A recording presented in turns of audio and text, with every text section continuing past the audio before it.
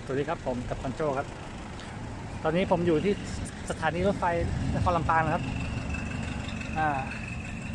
พอดีจะแวะมาเอาตารางเดินรถนะครับตารางเดินรถไฟนะครับตอนนี้ก็เป็นเวลาบ่ายโมงแล้วนี่ครับรอบๆบริเวณสถานีฮะ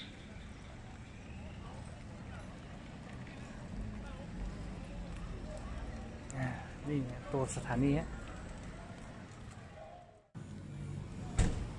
ป้ายนครลำปางครับสัญลักษณ์รถม้าครับ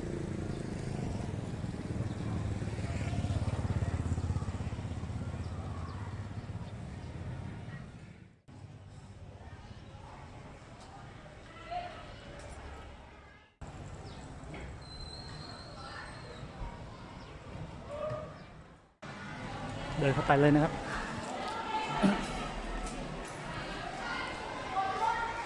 ที่ขายตัวครับพี่ผมขอตารางรถครับ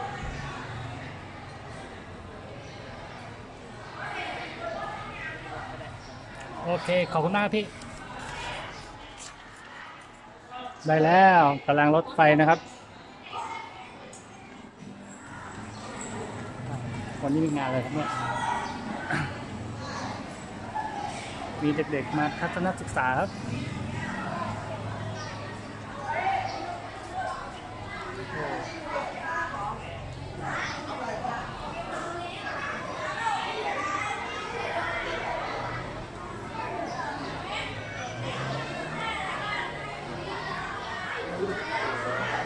รอรถไฟอยู่ครับ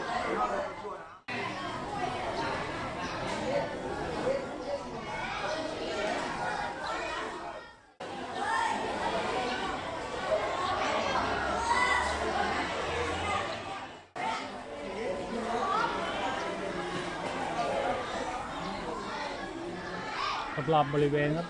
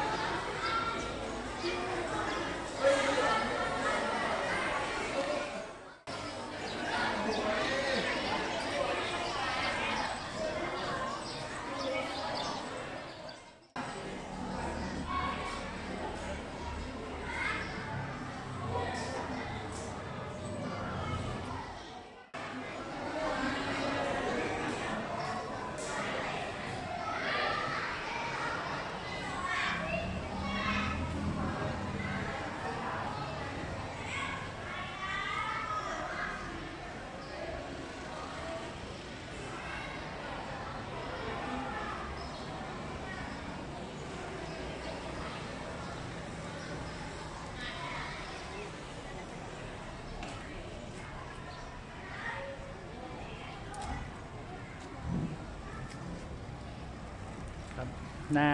สถานีรถไฟครับโอเคครับเจอกันคลิปหน้าครับผม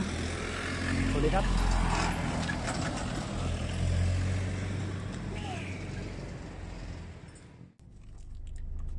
คืออย่างเงี้ยคือผมเอาไว้เพื่อเวลาเดินทางนะครับจากเดินทางด้วยขบวนรถไฟบ้างครับเพราะว่าขับรถนานๆแล้วปวดหลังก็เลยลองหาวิธีอื่นดูนะครับ